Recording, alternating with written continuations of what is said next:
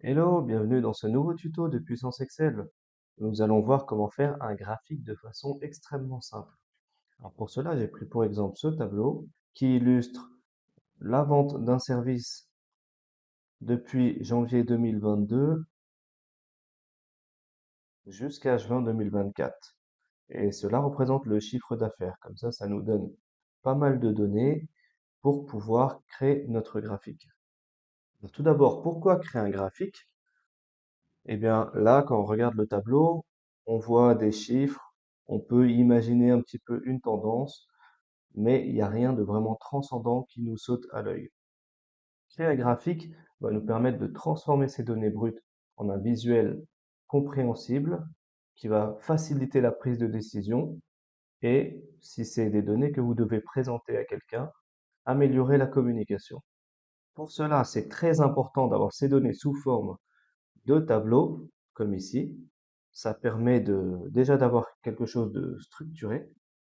Déjà, pour toi, si tu reprends ton fichier Excel 1, 2 ou 3 mois plus tard, il faut que tu puisses comprendre d'où viennent ces données et d'où provient ton graphique. C'est aussi important dans ce cas-là d'avoir des données traitées, c'est-à-dire supprimer les cellules vides ou alors les valeurs qui peuvent sembler incorrectes ou par exemple les doublons. C'est possible d'avoir par exemple 2 mois de février 2023. Dans ce cas-là, si les données ne sont pas traitées, cela va se voir sur le graphique et biaiser la prise de décision. Pour cela, rien de plus simple, on sélectionne le tableau, c'est-à-dire les données, mais aussi les titres. Vous allez comprendre pourquoi. Et dans le menu insertion, vous avez une partie qui est dédiée au graphique.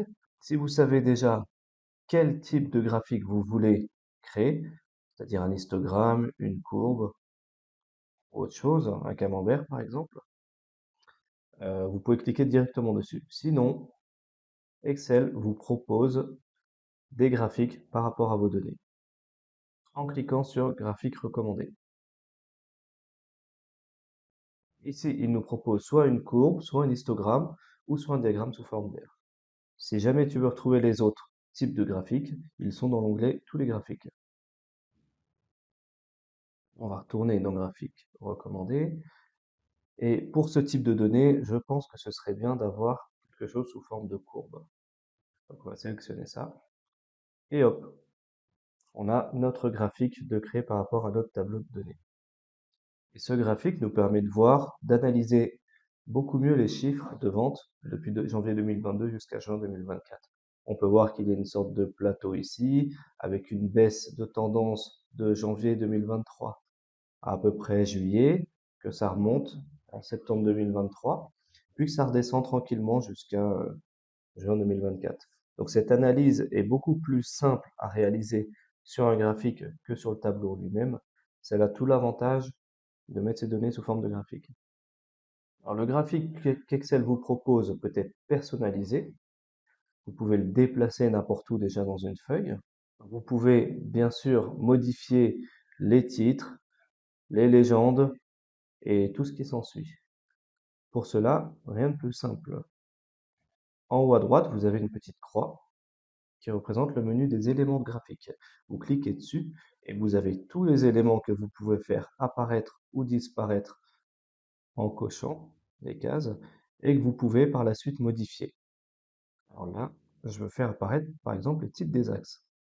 Je clique là, on voit qu'on a les titres qui sont apparus. Ici, il s'agit du chiffre d'affaires en euros. Et ici, c'est les mois de l'année. Ça paraît assez évident, donc je prends la décision de ne pas l'afficher. On peut aussi modifier le titre qui est pris par rapport à cette case-là. C'est pour ça que je t'ai dit de sélectionner toutes les données du tableau et ainsi que les titres. Il s'agit du chiffre d'affaires du service standard. Et voilà, j'ai ma courbe qui est prête. On va l'agrandir si besoin pour plus de lisibilité. Et Alors, imaginons que j'ai plusieurs données et que je souhaite faire un graphique ou plusieurs graphiques par rapport à toutes ces données. De la même façon, je vais sélectionner les parties qui m'intéressent du tableau. Donc là, la première ligne ainsi que les titres. Cliquez sur Insertion, graphique recommandé, toujours sous forme de courbe. Donc là, j'ai mes premières données.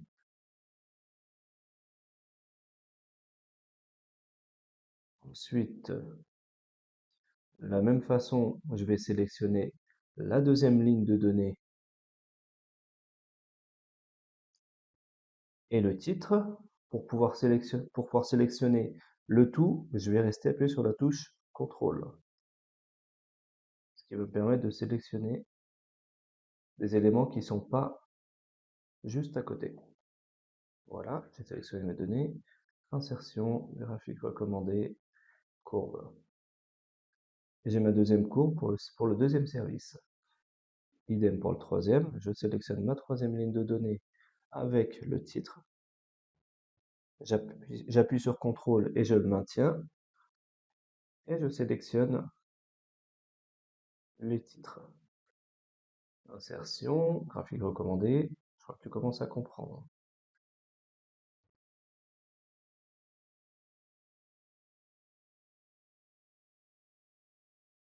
Et voilà, j'ai mes trois courbes qui représentent mes chiffres d'affaires de mes trois produits. Alors là, on voit bien un petit peu les tendances. Donc, comme on l'a vu sur le premier service tout à l'heure, le plateau, la baisse, la remontée, puis la légère chute. Ici, par contre, sur le service optimum, on voit bien que ça progresse, que ça arrive à un point, puis que ça redescend. Après, pour le service premium, là, comme ça, je pense qu'on peut pas trop analyser. Mais voilà, en tout cas, ces trois graphiques permettent d'analyser plus précisément et plus rapidement les données qui sont dans le tableau. Si jamais je veux aller plus loin et que je souhaite personnaliser pour avoir plus de corrélations par rapport au tableau, c'est possible. Ici, je vois qu'on a chaque ligne représentée par une couleur. Je peux faire correspondre ces lignes par rapport aux couleurs du tableau. Pour cela, je clique sur la courbe, je fais clic droit, et ici, je vais pouvoir modifier la couleur. Alors, la première ligne étant grise, l'offre standard étant grise, donc je vais venir modifier ici le remplissage et le contour en gris pour que ma courbe corresponde à ma ligne de données. Je vais même modifier la couleur du titre. Je vais le mettre en gras pour que ça ressorte mieux. Et je vais le mettre en gris. Voilà. Idem pour les autres. Je sélectionne ma courbe. Clic droit. Ici, je vais choisir, c'est orange.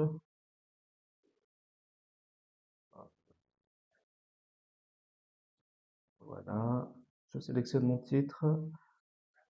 Je le mets en gras et je change la couleur. Idem pour le dernier en bleu.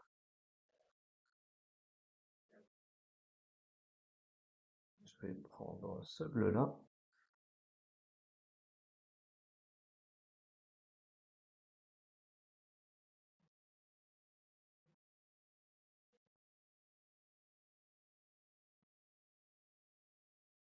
Et pareil pour le titre.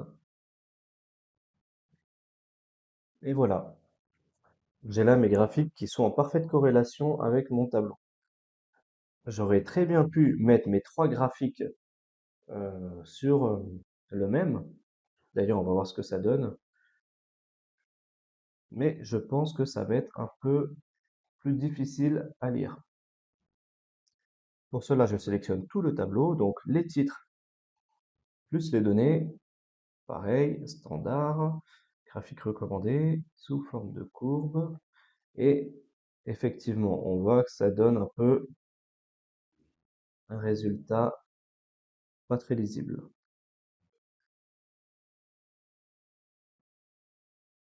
Donc je vais le supprimer. Je vais garder la version avec mes 3 graphiques.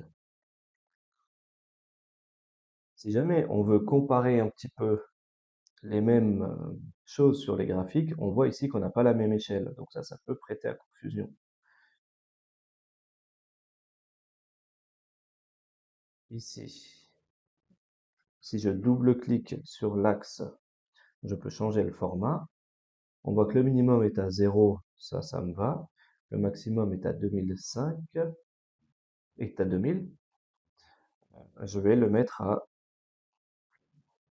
2005 pour être en corrélation avec l'offre optimum.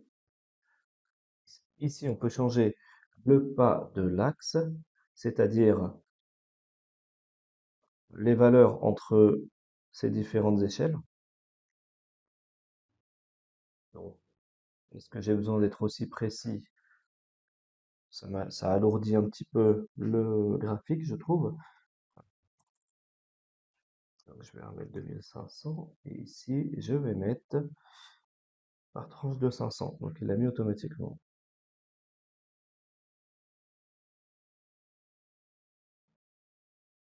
Pareil pour le service premium. 0, 2500 par tranche de 500. On a 3 graphiques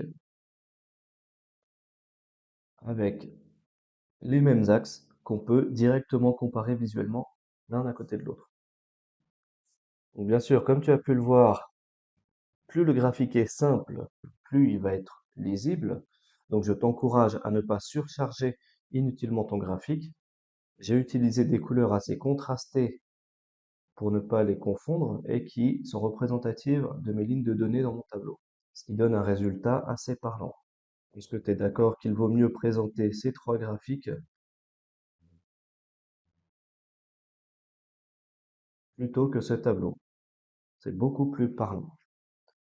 Voilà, j'espère que ce tuto t'a aidé et t'a montré comment faire un graphique de façon extrêmement simple et que tu vas pouvoir l'appliquer à tes données, à tes tableaux pour performer dans tes projets. À bientôt! À vos tableurs! Merci d'avoir regardé ce tuto.